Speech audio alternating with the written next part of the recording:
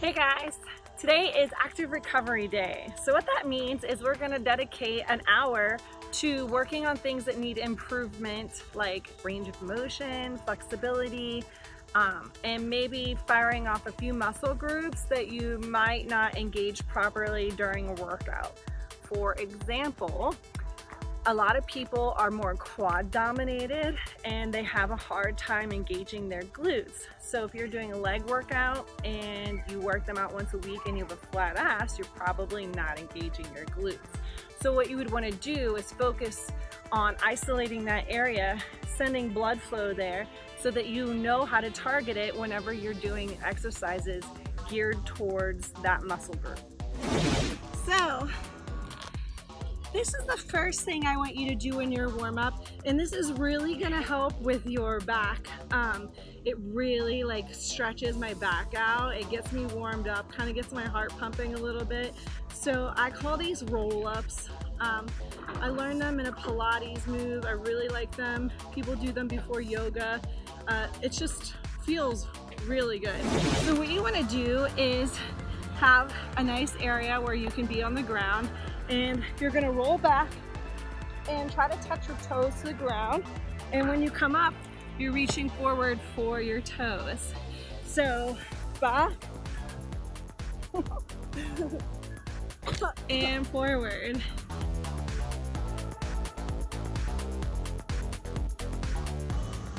Or you can do one leg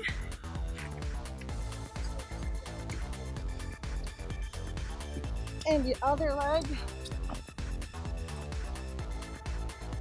This really stretches my neck and my back out.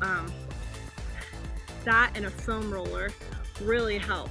So give those a try the first thing on Active Recovery Day and one of the first drills in your warm-ups. The first thing we're gonna do is focus this entire session on range of motion, flexibility, maybe firing off or isolating a few different muscle groups.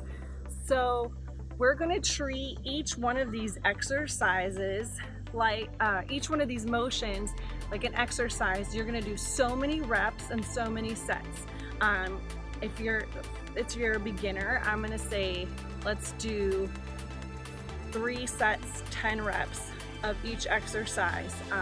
Remember, this is active recovery, but we still only want to go for about an hour. You don't want to train or practice longer than an hour because you'll be muscle wasted.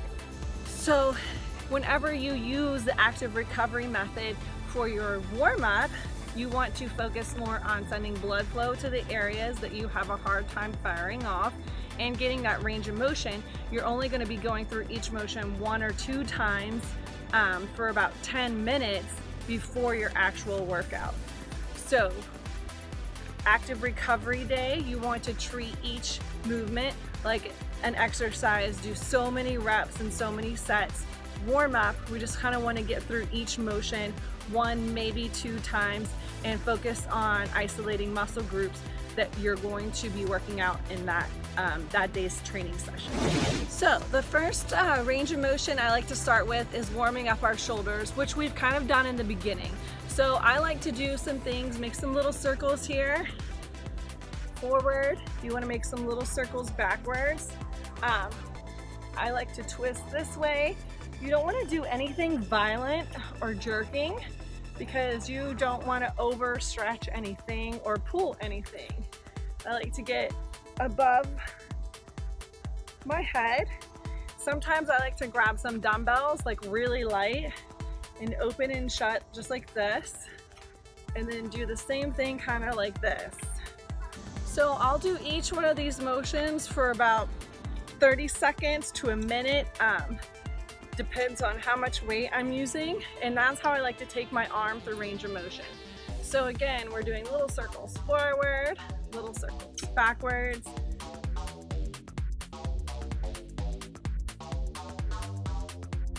The next thing I like to do is really loosen up my hips. After pregnancy, I noticed I had a little bit of some hip issues from all the weight I gained, probably because I gained about 70 plus pounds during pregnancy. The baby was 8 pounds, so it was way unnecessary weight, but it did some damage and rotated my hips in a way that I usually favor one side.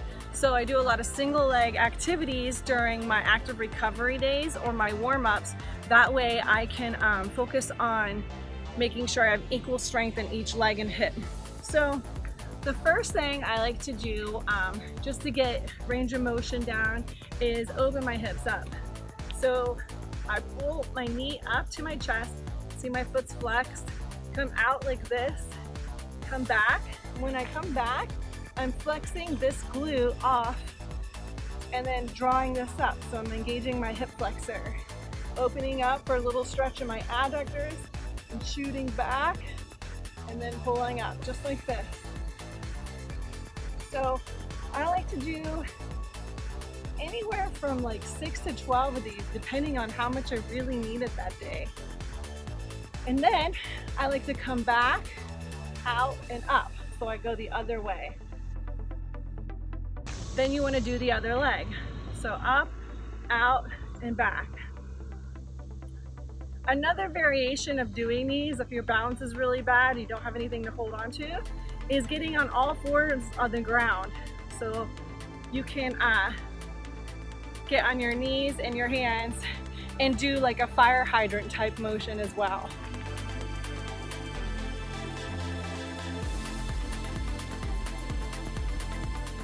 Another way to warm up your hips and open them up, get some flexibility in your hip adductors and adductors, is a little bit of ballistic stretching. So you want to be gentle, you don't want to force this, and just moving back and forth. And then side to side. If you're having trouble balancing doing these exercises, make sure you push your belly button towards your spine to engage your core, and that should help with balance and balance issues that you have. So a gentle rocking motion, and then side to side. The next few exercises I like to do, I use these all the time before I warm up, especially with HIIT workouts. So I like to find a nice long area that I can walk. So I try to give myself maybe about 10 yards in order to do these exercises.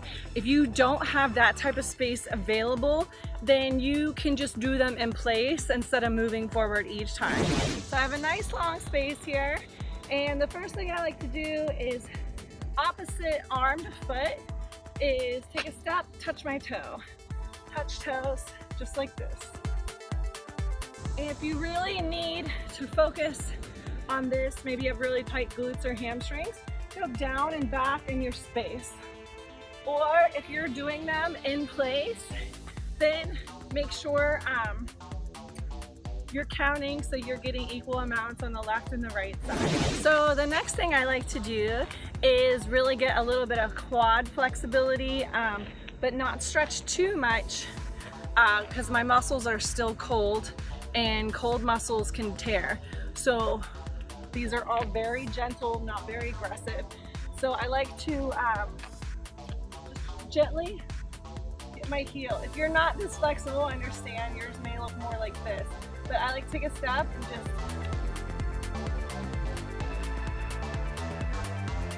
it gets a nice little gentle area of my quads stretched out. Then I really like to target my glutes a little bit more, and you may have some balance issues with this. You may want to do this in place holding a pole, but if you don't need to, it looks something like this. You're going to cross your ankle above your knee like this, and you're going to squat that one. Now, if getting down that low is too aggressive of a stretch, then don't go that low. This is just a warm-up. All right, this next warm-up, we did in football a lot. I really like it for the adductors. We called it rock and roll, side step. It's got all kinds of different names, but let me show you the motion. So you're gonna step here, touch this toe, come back here, touch this toe, and hop. So you rack and roll.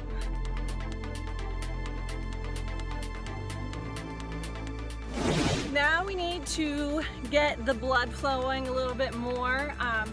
Try to get the heart rate up a little bit more. Everything should be a little bit looser than it was. And we can do something that are just a little bit more aggressive, takes a little bit more explosive power to get through these next few drills. So the first one I call high knees.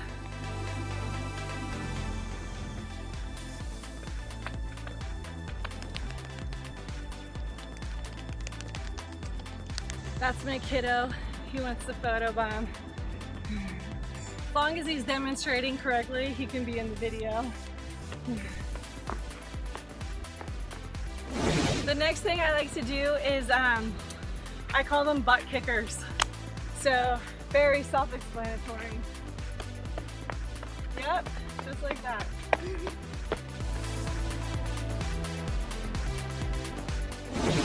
Then this next activity I call skip hop. So when you do this, really focus on engaging your core during this activity. And I use this more on warm-up days than I do on active recovery days. You can try both. So it looks like this.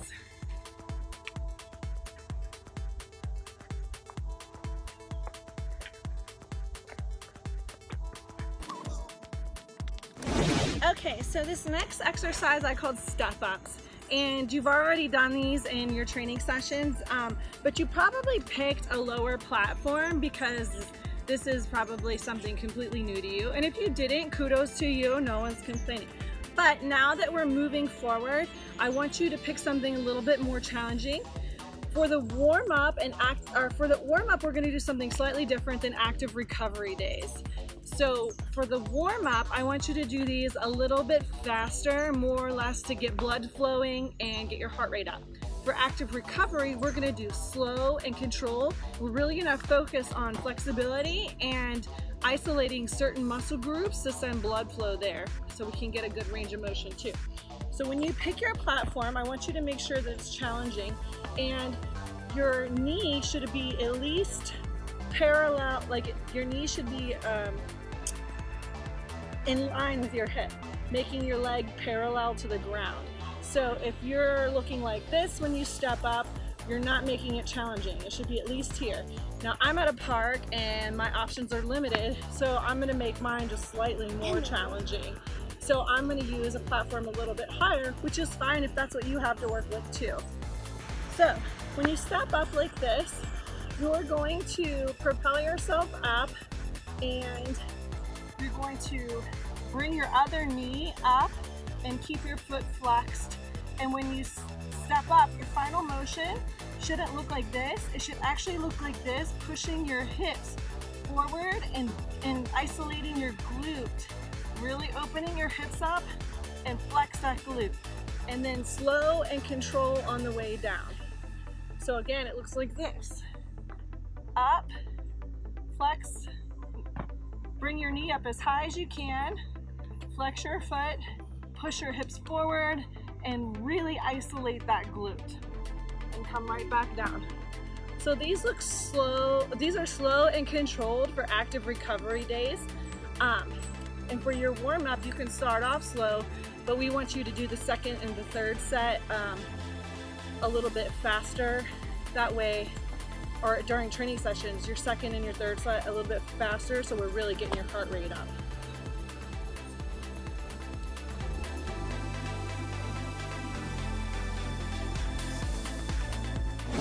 So you've done these, this next drill in your warm-ups too, but we're also going to use them in our active recovery days. They're called windmills. So you're going to take your feet pretty far apart like this.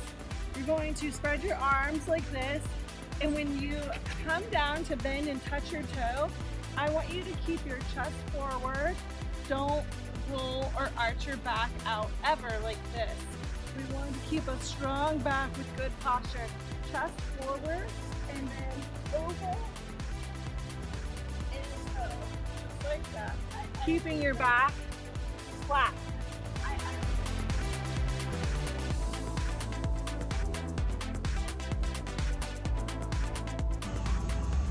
And those are windmills. The next activities are optional if you want to include them in your active recovery day and your warm-ups. If you don't, that's fine. I play sports, so I like to incorporate these, and it's just a little bit of footwork. You can use a ladder, or you can just use a space you have. Get out of here. So, you can do a variation of things through the ladder. If there was a ladder going this way with squares, the first thing I would do is touch my toe and then pop my foot up just like this, so that I'm keeping my knee up and my toe flat. It looks just like that, and I'd come back doing the same thing on the other side. Then I would probably do some sort of karaoke through the ladder. So slow motion karaoke, for those of you who've never done this before, if you can see my feet, is over, side, back, side. Over, side, back, side. Over, side, back, side. Then there's the, when you're going through the ladder, you can come back like this. Through the square.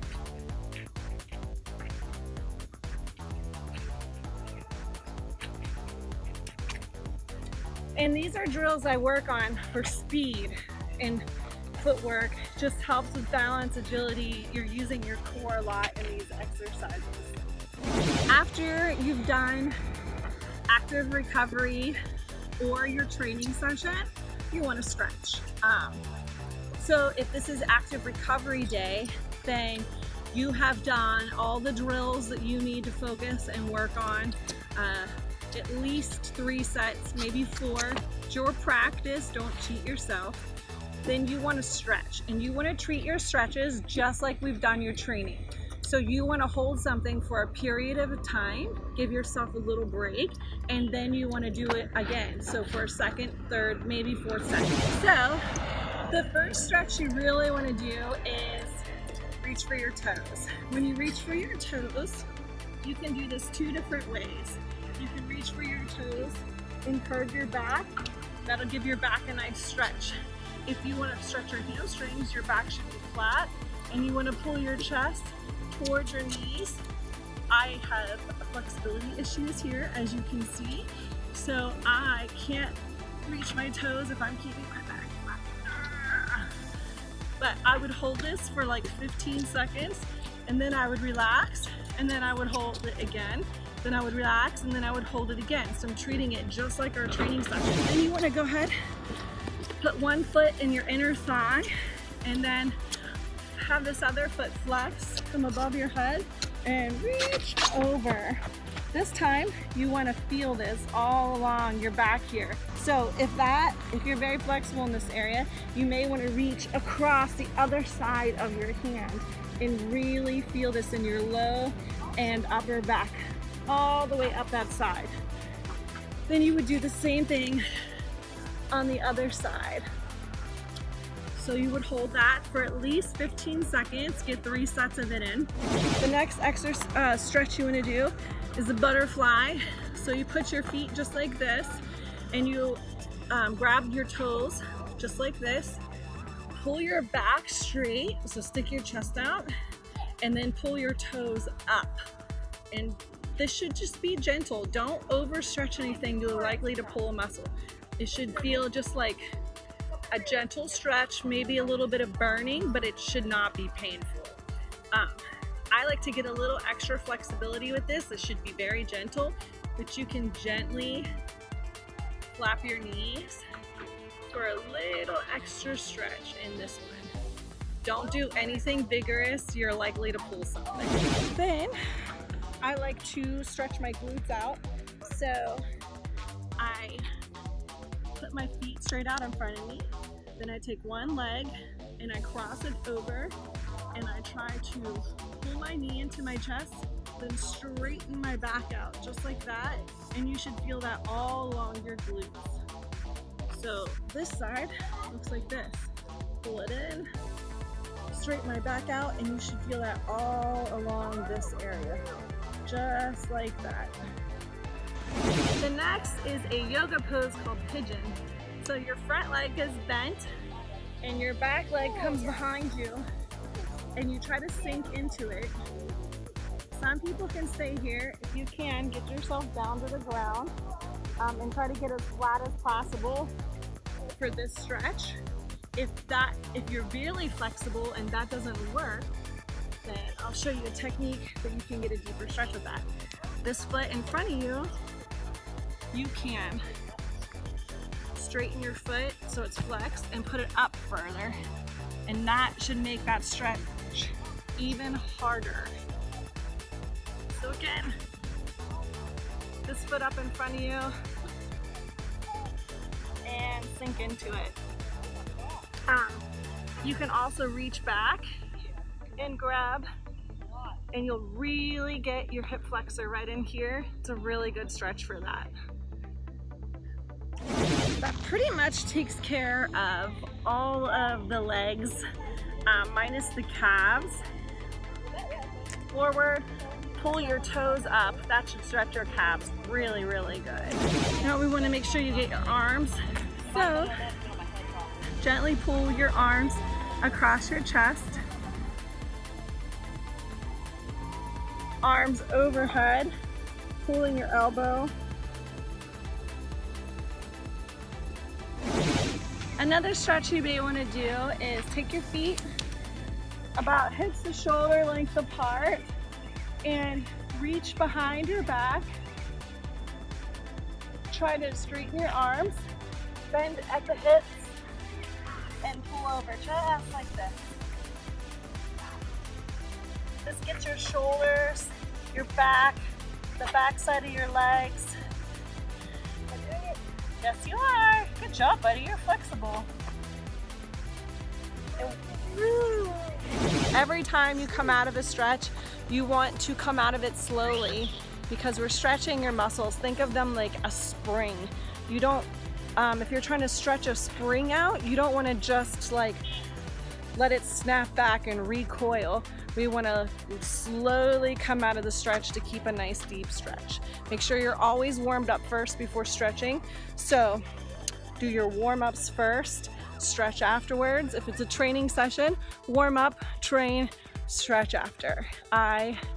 If you have any questions about any active recovery, or maybe you're having trouble isolating a specific part of your body, please, please, please email me.